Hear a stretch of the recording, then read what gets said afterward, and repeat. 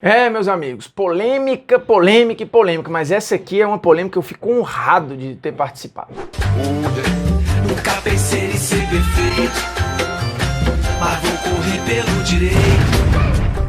Fala moçada, beleza? Bruno Formiga na área, convidando o quê? Você a se inscrever no canal, tocar na notificação, deixar o like, o dislike, a porra toda e se inscrever aí. Se inscrever eu já falei, né? E compartilhar isso aqui nos grupinhos aí de Clubhouse, WhatsApp, Telegram e não sei o que mais lá. Esses dias a Placar ouviu 170 jornalistas, repórteres, comentaristas para elaborar a sua seleção brasileira de todos os tempos. E olha só, o Formiguinha estava nesse bololô aí. E pra mim é muito especial, por quê? Porque eu cresci como leitor da Placar, depois eu virei colaborador da Placar durante muito tempo e hoje eu sou o quê? Um convidado da Placar para dar o meu pitaco. E aí a Placar ouviu a seleção dessa galera, fez toda a junção e elaborou a sua seleção, que a seleção final é diferente da minha. E eu tenho uma outra honra fodida nessa edição da Placar, que é o quê? A minha seleção é basicamente irmã gêmea, tem uma diferença e nem é tão diferente assim da seleção de Paulo Vinícius Coelho, que é o quê? Um dos meus grandes ídolos no jornalismo, o cara que eu acho que mudou a minha profissão. Eu nem era profissional ainda e o Paulo Vinícius já estava promovendo uma rebelião no que era o comentarismo de futebol no Brasil. Então é o seguinte, a seleção da Placar tá aí na tela e você tá vendo. E eu tenho algumas discordâncias do que tá aí, né? As principais, para mim, são duas: Taffarel e Falcão. E aí eu vou explicar o porquê. Não se trata só de bola, de quem jogou melhor, de quem você acha melhor. Tem uma questão de representatividade, significado, de relevância, obviamente de talento, de regularidade na seleção, de impacto na seleção, de títulos, N questões. Eu levei isso em consideração, tá? E aí, para dar um exemplo, se você estiver conversando com um amigo, você fala aí, cara, a seleção do Flamengo de todos os tempos. Por exemplo, o Ronaldinho Gaúcho não vai estar na seleção do Flamengo de todos os tempos, mesmo tendo sido talvez um dos jogadores mais talentosos que passaram pela história do Flamengo, mas no Flamengo ele não tem relevância para estar numa seleção. O Romário vai ter que brigar muito aí para estar, e acho que não vai estar, porque vai perder, por exemplo, para caras que jogaram menos que ele, mas que foram mais representativos para a história do Flamengo. Por exemplo, Gabigol e Adriano, Nunes.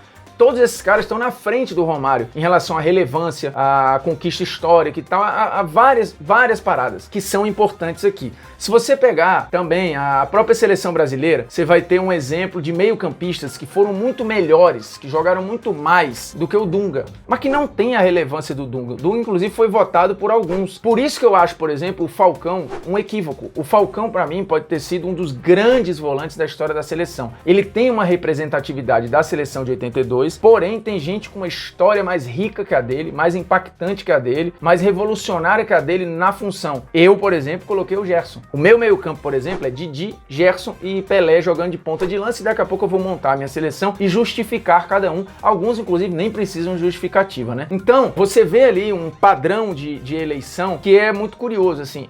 A zaga do Brasil, ela é uma zaga difícil de montar, porque você tem caras muito emblemáticos, né? O Bellini tá na seleção e foi minha escolha também, porque o Bellini eu acho que é um cara, o cara virou estátua. A estátua que tem no Maracanã é a estátua em homenagem ao campeão do mundo. Teoricamente, não é ninguém aquele cara, só que o molde é o Bellini. Então, por mais que seja uma homenagem a todos os campeões do mundo, ali tem um molde, tem uma silhueta, que claramente é a do Bellini. Isso tem um impacto muito grande, né? O primeiro capitão da seleção, um zagueiro muito seguro. Na Copa de 62, essas seguranças passa a ser o Mauro, que foi, por exemplo, o voto do PVC, é nossa única mudança. Eu votei no Bellini, o PVC votou no Mauro, e que trocaram de função, né? 58 um era titular, o outro reserva, e 62 muda. E o Mauro, acho que é um voto altamente válido, os dois representam basicamente a mesma coisa e são muito seguros. A seleção de 62 defensivamente até mais segura que a seleção de 58. Então, assim, eu acho o voto do PVC super coerente. O Bellini, pra mim, só tem um peso maior de ter sido o primeiro capitão, um cara que está eternizado no status, mesmo que não seja o seu nome. Também teve uma trajetória maravilhosa na seleção, extremamente regular. Então, pra mim, é Bellini e Aldair, porque representa da era moderna do jogo o zagueiro mais completo de todos e fundamental numa conquista histórica, que é a conquista de 94. O que não sustenta pra mim a manutenção do Taffarel na seleção, porque o Taffarel, tecnicamente, pra mim, não foi o melhor. A representatividade dele é muito importante pra essa geração que ficou e viveu o jejum até 94, mas o Taffarel cansou de ser questionado na seleção, inclusive antes, em 94. Já tinha feito uma Copa do Mundo de questionamento em 90, e essa brecha de 90 a 94, ela é muito conturbada pro Taffarel. 98 é uma ótima Copa do Taffarel, mas que o Brasil não ganha. E lá atrás, para mim, tem o Gilmar, que é bicampeão do mundo, um goleiro muito dominante na sua época, que também fez 2 Copas muito fortes. O Brasil, ele foi um time seguro defensivamente em 58 e 62, também muito pelo Gilmar. É óbvio que o time de 94, a estrutura defensiva toda era maior. Mas se é para representar a seleção, o meu goleiro é o Gilmar, e aí não tem nada a ver com o fato de ser um cara dos anos 50 e 60. Se a questão aqui não é só técnica, a questão aqui é representatividade histórica, conquista, relevância, revolução na posição, e o Gilmar ajuda a mudar muito a percepção do que é o goleiro brasileiro. Então a minha seleção tem Gilmar, Carlos Alberto, Bellini, Aldair e Nilton Santos. Didi, Gerson, Pelé, Garrincha, Romário e Ronaldo. Explicando o lado esquerdo, o Nilton Santos, para mim é um revolucionário na posição, extremamente técnico, o primeiro a fazer ultrapassagem e a atacar. Isso fazia com que a seleção de 58 e de 62 mudasse o esquema para ter um atacante a mais no momento ofensivo. Aquele Brasil basicamente atacava com 6 jogadores, porque você tinha esse suporte de um jogador do meio-campo e do Nilton Santos dando suporte ao Zagallo. Então, assim, muito importante para as conquistas do Brasil em 58 e 62, assim, um lateral pleno, que você pode discutir tecnicamente, preferir o Roberto Carlos e outro cara qualquer, o Marcelo, sei lá quem. Mas, repito, aqui tem uma questão histórica de entender taticamente o impacto daquele cara e de que tudo o que ele representou para a época. No meio-campo, Didi, dominante completo no seu período, né? Um cara que fazia a saída e era uma outra época, né? Que aquela função se exigia outra coisa. E ele era quase que um maestro. A gente regrediu nesse papel durante um tempo e agora estamos andando de novo, porque se fosse um italiano olhando para o Didi, ele ia chamar o Didi de um regista, né? Era o cara que geria todas as saídas de bola do Brasil. Gerson, um armador pleno da Copa de 70, que para mim é a melhor seleção brasileira de todos os tempos, cumprindo esse papel de área a área quase, né? De fazer as saídas e ajudar e orientar as saídas de bola na bola curta, na bola longa, fortíssimo na bola parada, uma patada com a perna esquerda. Então, assim, a gente tá falando de um meio-campista para aquele modelo completo. Como ponta de lança, Pelé, não precisa de explicação, ele vai atuar por trás do camisa 9 fazendo esse papel, ou pisando como um segundo atacante, como ele foi, por exemplo, em 70, mas com uma capacidade de transição defensiva. E se você olhar jogos da seleção de 70, você vai ver que o Pelé em vários momentos estava atrás da linha da bola. Esse papo de que ele não ficava ali só de flosou, como uma prima dona que só ia jogar quando tivesse a bola no pé. Não é verdade. Do lado direito, Garrincha, o ponta direita mais emblemático da história da seleção brasileira, sem dúvida nenhuma. E nenhum brasileiro fez uma Copa individualmente falando como o Garrincha fez em 62, nem o Romário em 94.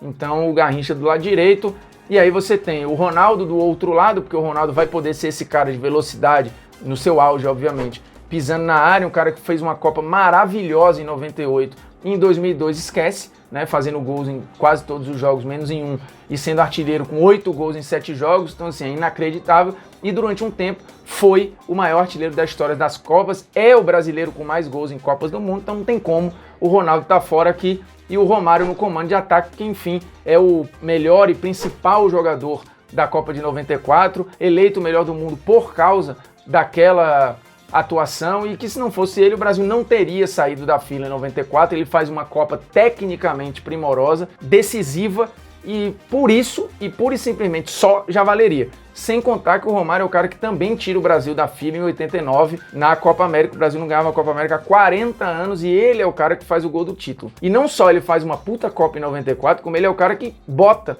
o Brasil na Copa de 94 com o que faz em 93, talvez a maior atuação individual que eu tenha visto ao vivo na minha vida, assim. Tá ali aquela do Zidane contra o Brasil também, o Messi contra o Bayern de Munique. Você vai ter várias, mas o Romário eu lembro de poucas, assim, ele participa de pelo menos uns 17 lances decisivos no jogo, é uma parada surreal. Então a seleção brasileira de todos os tempos, minha, é essa que tá aí na tela, com Gilmar, Carlos Alberto, Aldair, Bellini, Nilton Santos, Didi, Gerson, Pelé, Garrincha, Romário, Ronaldo. O técnico não tem como ser outro que não seja Mário Jorge Lobo Zagallo. É nóis, tamo junto, grande abraço, ó. Aproveite os comentários e monte a sua seleção brasileira de todos os tempos, usando um critério que seja minimamente coerente, né, meu chapa? Valeu, abraço, tamo junto, é nóis.